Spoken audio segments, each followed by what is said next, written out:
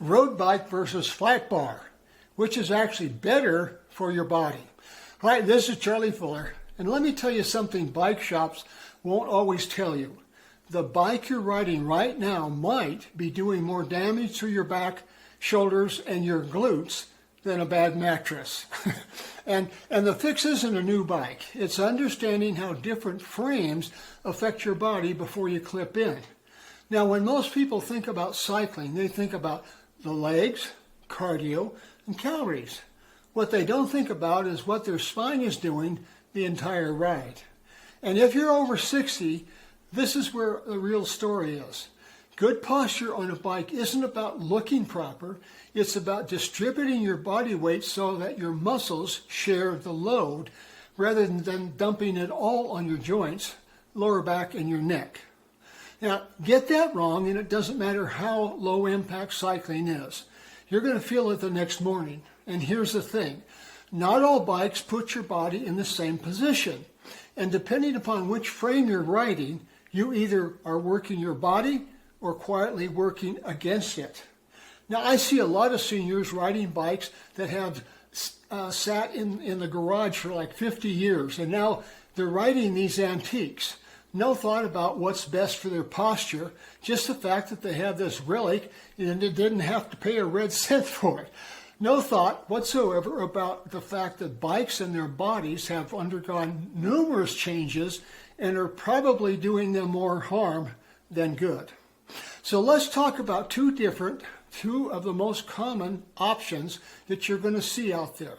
The road bike with its drop handlebars and the flat bar bike, sometimes called the hybrid or comfort bike, and what each one does for your back, glutes, and your shoulders. So first of all, let's talk about the road bike, the pros, and the price.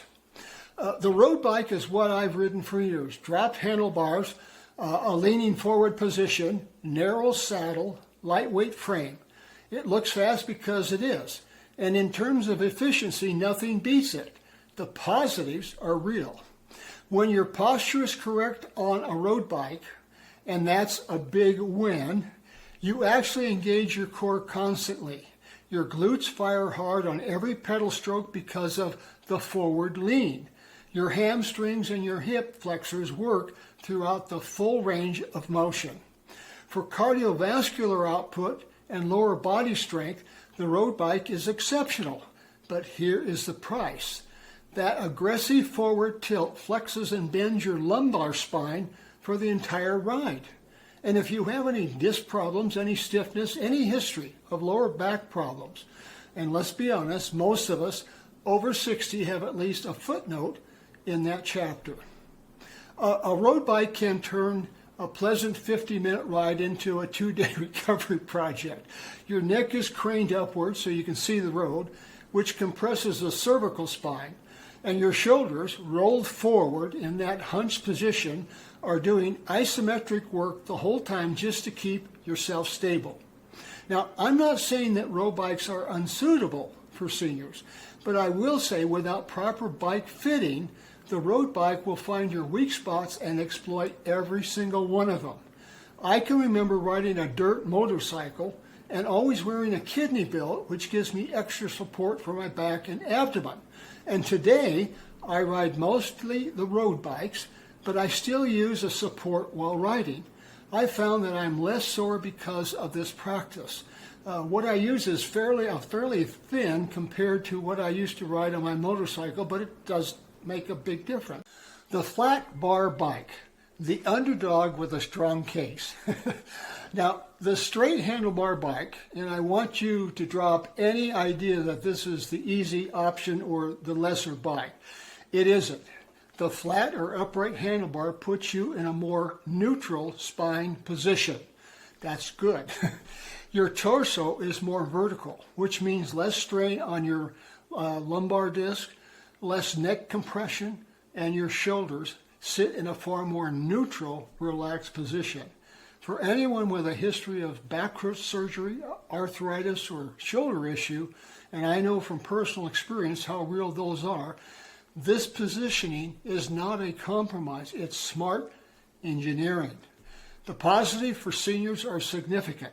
less back pain, better visibility because your head is already up. More comfortable for long, slower rides, and because your weight is more evenly distributed between the saddle and the bars, your sit bones and glutes are under less concentrated pressure. The trade-off is in the glutes. Now, with an upright position, you lose some of that deep hip engagement you get from the forward lean. Your glutes are still working. Cycling always works the glutes, but you're not driving through the full power arc the way a road position allows. And because it's more comfortable, there's a tendency to pedal at a lower intensity, which means fewer total fitness gains per hour. It's the difference between a workout and a stroll with benefits. Both have their place, but know which one you're getting. Also, a guy commented on one of my videos and said he rides an FS MTB. And I looked at that and I thought, well, what the heck is that? So I looked it up. And it turned out that stands for full suspension mountain bike. They come with a flat or upright handlebar that puts you in a more neutral spine position. The mountain bike has both front and rear suspension, allowing it to absorb shocks from bumps, jumps, and rough terrain more effectively than a hardtail bike, which only has, of course, the front suspension. How FS MTB works. Front suspension absorbs shocks from the front wheels, smoothing out bumps. The rear suspension takes up the slack in the rear wheels, keeping it in contact with the ground for better traction and control. The key benefit is a smoother ride. The rear suspension cushions jolts, making long rides more comfortable. You have better traction with both wheels staying in contact with the ground, and grip improves to loose or technical terrain. Improved control, especially useful on descents and technical climbs, where stability and responsiveness matter.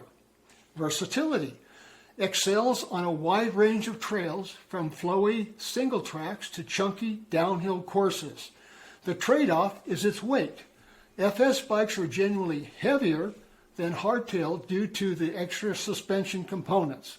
Climbing efficiency. The added weight and suspension can slightly reduce climbing speed compared to a hardtail. Cost. Often a little bit more expensive than hardtails, though some brands offer high-quality FS models at accessible prices. The point is that this bike can give you a smoother ride thanks to both front and rear suspension. However, it is generally ridden on technical, rough, or downhill trails.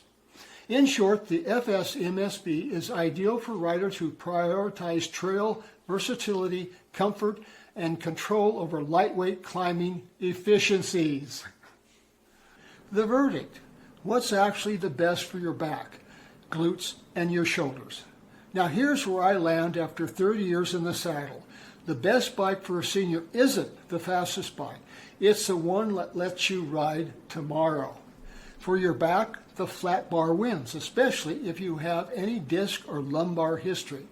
The upright position keeps your spine in a neutral curve, which is where it wants to be.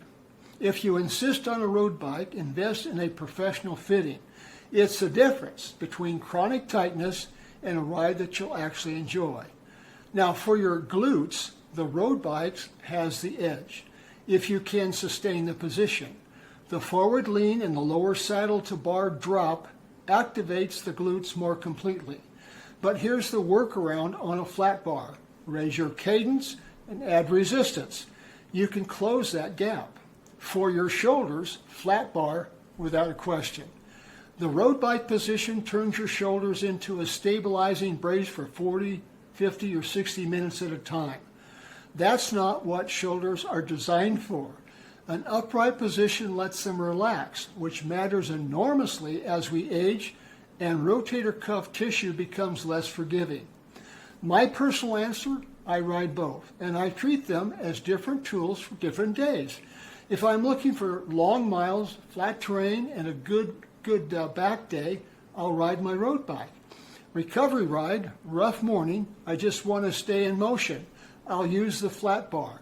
The goal isn't the bike, The goal is to keep moving.